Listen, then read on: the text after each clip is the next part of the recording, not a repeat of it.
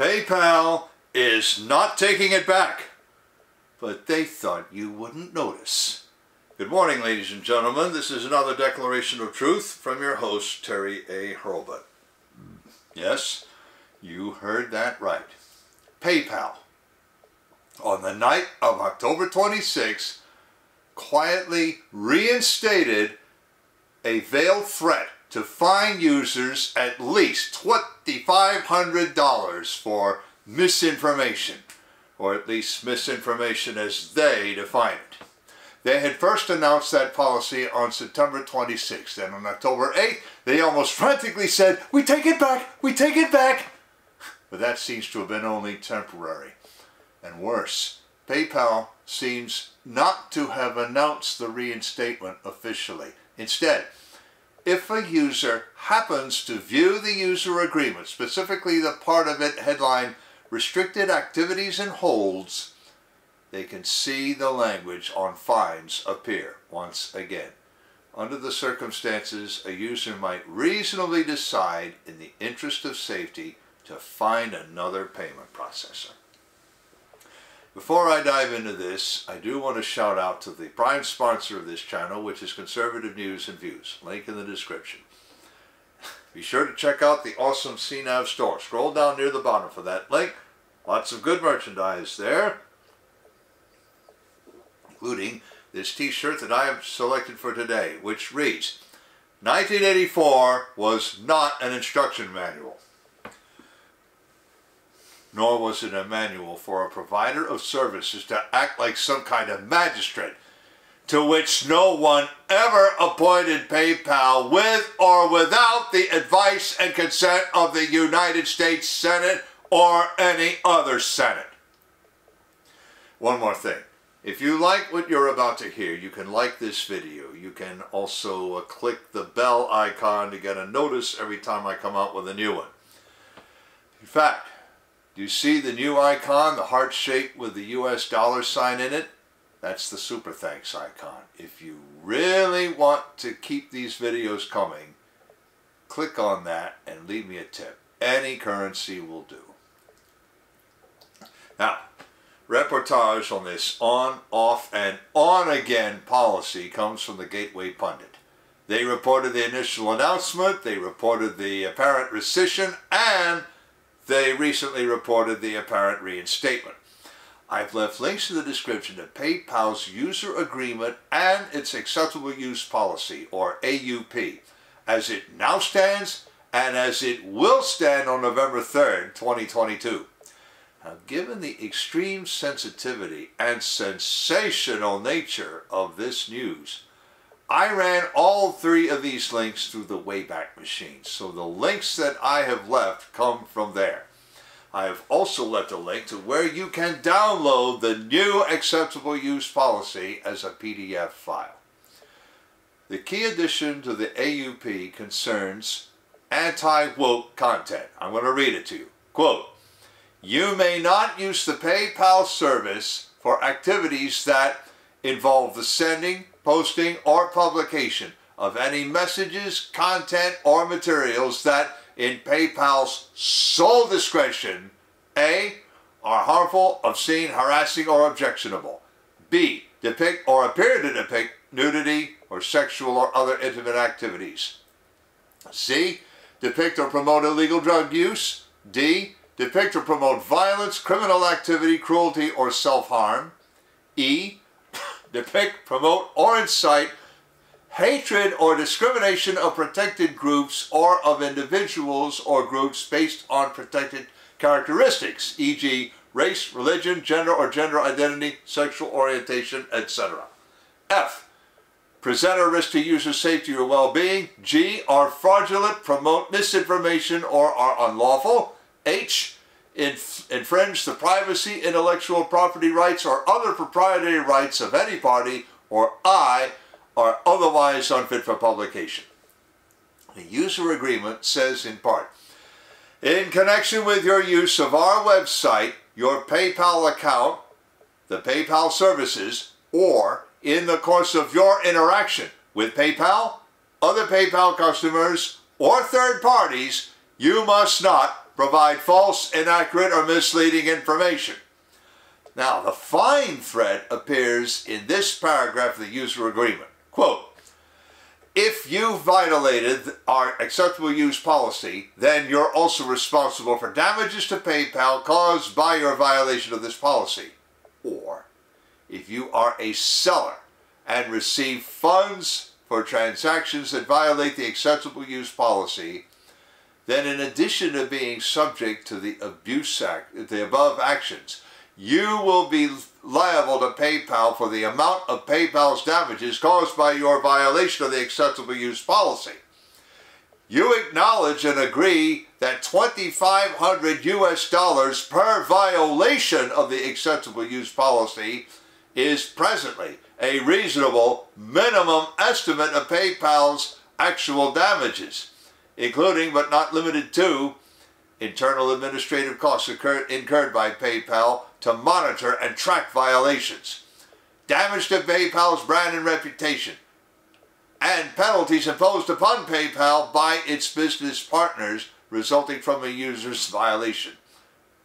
Considering all currently existing circumstances, including the relationship of the sum to the range of harm to PayPal that reasonably could be anticipated, because due to the nature of the violations of the acceptable use policy, actual damages would be impractical or extremely difficult to calculate. Now get this. PayPal may deduct such damages directly from any existing balance in any PayPal account you control. Close quote. Obviously, there's a lot to unpack here. Now, before I start, I do want to shout out to another sponsor who can really help you through the economic storms to come. That sponsor is oursilverlines.com. Do you feel like you're working harder for your money just to get by? You're not alone. The fluctuating economy, employment issues, and unexpected changes in life have left many families struggling over the past few years. Collecting gold and silver can help shield you against many of these challenges. But if you're like me many years ago, you don't know where or how to start. Our Silver Lines helps by connecting you with thousands of members who are learning the secrets to creating and protecting true wealth by collecting precious metals. Whether you just want to collect rare and unique coins or take advantage of the business opportunities this company provides, they can help you learn to live an exceptional life. Visit oursilverlines.com to learn how you can build a legacy for your future. Now, we start unpacking those threats. Technically, the fine threat applies to sellers, not buyers. But who is a seller? The Gateway pundit and author Jim Hoft report that PayPal banned both from its platform at year's end 2021. Evidently, a journalist is a seller of his content. But what exactly are the damages to PayPal from a buyer's activities? PayPal won't say. What interactions does PayPal presume to police that are off the platform? The language of the user agreement doesn't limit it to on platforms. That seems to imply that they have the authority to police everything you do or say on or off PayPal. And what is a third party with whom they presume to police your interactions? Now let's look at the AUP. Phrases A, E, and G create the worst problems. Absolutely anyone can object to anything and claim a real or illusory harm. Phrase I, are otherwise unfit, is a typical giant economy-sized prohibition that is ripe for abuse in itself. But phrases B, C, and D present problems of their own. Does selling a work of police procedural fiction constitute violative depiction of the illegal activities the story's villains commit? What would PayPal say to a bookstore who carries, say, Earl Stanley Gardner's Perry Mason novels, or the Potboiler fiction by Patricia Cornwell, James Patterson, or any of a number of authors? Now, just so you understand, I am not a lawyer, So I cannot dispense legal advice, so I want to give you a businessman's advice. Anyone who uses any sort of payment processing service must understand the inherent risks of such a service. PayPal specifically acts as a bank, allowing users to hold balances. In addition, PayPal lets a user link bank, credit, or debit card and other accounts to his PayPal account. In that way, he can send or receive payment more easily than through direct deposit or withdrawal from his bank, direct charge or credit to a credit or debit account, whatever. But now, this particular payment processor presumes to tell a user what he may or may not say. Misinformation is a matter of opinion. And what's this deducting damages from your account on their own authority? Hey, I've spoken to an online security specialist. He told me that PayPal has no reasonable authority whatsoever to fine people any amount of money without first taking legal action and thus bringing the matter before a court of law. By even threatening to lay such a fine, PayPal has made itself unreliable and unsafe. If the risk of losing $2,500 or more without warning or explanation strikes you as unreasonable, go to the head of the class. No convenience will be worth that kind of risk. Two former PayPal officers and investors, David Marcus and Elon Musk, condemned the policy change when PayPal first announced it. I've left a link in the description to Elon's tweet because he left it in reply to David Marcus' tweet, so that page will list both. Mr. Marcus said, and I quote, "It's hard for me to openly criticize a company I used to love and gave so much to. But PayPal's new AUP goes against everything I believe in. A private company now gets to decide to take your money if you say something they disagree with? Insanity." Unquote David Marcus. To which Elon Musk replied with one word: agreed. At once, several commentators urged people to close their PayPal accounts. Then, some users reported that PayPal was blocking such closures. I've left a link in the description to a tweet by a user calling himself Nostradamus of... Never mind, I'd rather not say. But I will quote him. "PayPal has removed the ability for users to close their accounts. That tells you how bad the situation is. Short PayPal." Unquote Nostradamus, or whatever he calls himself. He even left the stock ticker symbol. Now, stop right there. I am not a financial advisor either. Neither is Nostradamus. So don't go opening a brokerage account and making a short sale just because he tells you to. Short selling is very risky business and not for the faint of heart or for scoring short-term political points. It's probably too late anyway. PayPal stock abruptly went down precipitously when the story broke. That's when PayPal rescinded the policy and offered $15 vouchers if people would decide not to close their accounts after all. Users were having none of it. A user named the Redheaded Libertarian screen capped this message from something called PayPal Assistant. Quote, "If the reason behind closing your account is the recent notice regarding the policy, an AUP notice recently went out in error that included incorrect information. PayPal is not fining people for misinformation. We are sorry for the confusion this has caused, leading you in closing your account." That's just how they said it. "Allow me to sincerely apologize," note the split infinitive, "for the inconvenience. And since we value you as a PayPal member, I would like to give you a one-time courtesy of $15 worth of PayPal voucher because we want to keep you and I want you to stay with our PayPal family." Unquote PayPal. The Redheaded Libertarian tweeted out the image and a somewhat crude abbreviation for uproarious laughter. And in reply, a user named Ian Miles Chung, C-H-E-O-N-G, said, "Do not take their $50 bribe. Delete your PayPal account." Close quote. I've left a link in the description to Mr. Chong's tweet.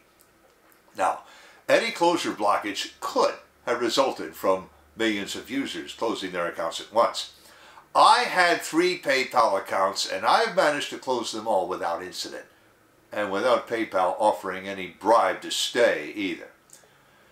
But I hear you ask, what should I do instead? Well, obviously you could still pay good old-fashioned cash for things, or use a credit or debit card directly. You can even buy a one-off credit card, use it once, and then never use it again. Cryptocurrency becomes a viable alternative, maybe not for investment, users might find it too volatile for that. Then it's another medium of exchange. In fact, hey, go to oursilverlives.com and ask about a gold credit union. How about that? In addition, Andrew Torba has moved forward to add payment processing to his Gab empire after PayPal disallowed him. Gab Pay is now available in the United States and shortly will be available in 110 other countries. At present, it can handle personal transactions up to $7,000 a week or business transactions up to $25,000. I've left a link in the description to Gab Pay so that you can go there for some details plus advice on how to apply for an account. And Gab Pay does not sponsor me or my channel in any way, shape, or form. Now, they have an acceptable use policy too, but it is much simpler. I've left a link to it in the description so you can see how simple. And it does not set limits on what you can say on or off the platform. PayPal has now damaged its brand irreparably by creating confusion and engaging in what a lawyer might call bait and switch. So that means it joins a long line of companies that cornered their respective markets for services and then presume to police the speech and lawful activities of their users. This forms the basis of the parallel marketplace that Andrew Torba, Dr. Steve Turley, and others have long advocated. Link in the description to the article, to the PayPal user agreement and current and near future AUP, courtesy of the Wayback Machine, to the tweets by Elon Musk, Nostradamus, and Ian Miles Cheong, to Gab Pay Home and their AUP, and to conservative news and views. I've also left links to the awesome CNAV Store and to oursilverlives.com, as I also mentioned. You know already about how to like a video, turn on notifications, and leave a tip. On the end screen, I'm going to leave a subscribe link to my channel and links to videos that Dr. Steve Turley and I have done about PayPal's policy stumble and about what woke means. This is Terry A. Hurlbut, delivering another declaration of truth and reminding you to let the truth set you free. And one more thing, if any of you at PayPal can hear this video, leave a comment. If you think that I have said anything mistaken, leave a comment. Come on. I'm waiting.